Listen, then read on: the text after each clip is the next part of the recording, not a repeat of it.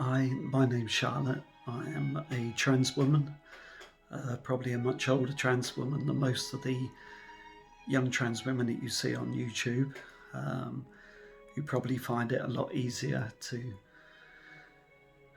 be more feminine, more attractive, and the effects of HRT take probably effect far quicker than they do as you get older. I've been trans all my life. Battled against it for so many years, numerous times over the last 25 years. Have started taking hormones only to stop again. I got married many years ago, and my daughter was born in 1995, and pretty soon after that, probably within a month or two, I told my wife that I was trans, which was really devastating for her. As you can understand, I wasn't the man that she thought she'd married. And she nearly had a breakdown because of that, which was really devastating for me and for her. But we stuck it out. We had 2 sons, and all my children are much older now. In December 2018, my daughter, who worked for me, found out that I was transgender, which was a real shock for her, devastating. She walked out the office that day, never to return, and I had to leave the family home that day. That was 2 years ago, just over now, and I've never been back since. There's a high price to pay for being transgender. It's not a choice. It's not something that you choose to be. It's something that you are. And battle as much as you will and try throughout your life, you cannot beat it. Yeah, for me, it's been a long, painful journey. There's been attempted suicides. There's been police visits. It's been everything. It's been a really, really, really tough journey. I explained the situation to my doctor in 2019 after the split, and I made contact with a gender GP, which I think were based, I don't know, somewhere in the UK. And then they prescribed HRT for me, which I've been on now for 2 years.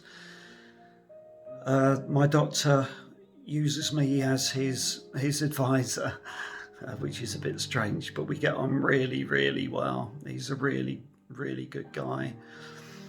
So with the advice I gave him, he agreed that he would prescribe HRT for me, so I no longer needed to buy it because it's really expensive. So that's been a great blessing. So I think I've been on HRT through the doctor now for probably about 18 months, I guess. He referred me to the Laurels at Exeter, but if anyone knows, the waiting lists are absolutely horrendous, even for your first appointment. So it's now nearly 2 years since I've been on that list, and I get the feeling that with everything that's going on with COVID, etc., that it's probably going to be another year even for my first appointment, and then probably another 2 years after that before I get my second appointment. You look at the suicide rate amongst the trans community, and it's about 40%. It's probably higher than that in truth. That's a huge number. Nearly half of trans people will commit suicide. I'm also a professing Christian as well, and that brings with it many, many, many challenges. And, many will say that you can't be both. And, certainly I've been down that route and questioned whether I can be both. Can I be transgender and be a professing Christian as well? But God is my judge, not man. I continue my worship Obviously not in church at the moment because obviously churches are shut. It's been difficult. There have been those who have been supportive, and there are those within the church who have been very unsupportive. I've even been told that I'm devil possessed, which was mentally, emotionally incredibly damaging. But I think one thing that's come out of all of this, I've made new friends and who have been really supportive. And one friend, Maddie, said that you may lose friends, but you will get new friends. And that's exactly what's happened. So, I'd encourage you, it's not a battle that you'll win. I'm not going to tell you my age. But anyway, it's been a long, long haul. I wrote a book in 2019 called Blossoming in the Darkness. Obviously by Charlotte Eden Hemingway. If you get opportunity and the inspiration, it's on Amazon. You can buy it on there. And you can read my life story. It centres around my visits to a therapist who I've been seeing for over a year and a half, I guess now, in Bradford-on-Avon, who's been absolutely excellent. I was her first transgender patient, client, whatever you want to call it, and she's been absolutely brilliant, really supportive, and we get on really, really well. In 2018, I was close to suicide on many occasions, and she located a place in London called Maytree, which is a suicide respite home. So I spent the week before Christmas 2018, was it 19? Can't remember, 2019, got my years wrong, 2019 there, and they were absolutely brilliant. Again, really, really supportive. It was a real help, but time moves on, and probably everything that happened there and all the talks, and there were so many of them with so many different counsellors, but it was a good experience, and I was thankful for that. So if you are transgender and you're an older trans woman, then don't expect an easy journey.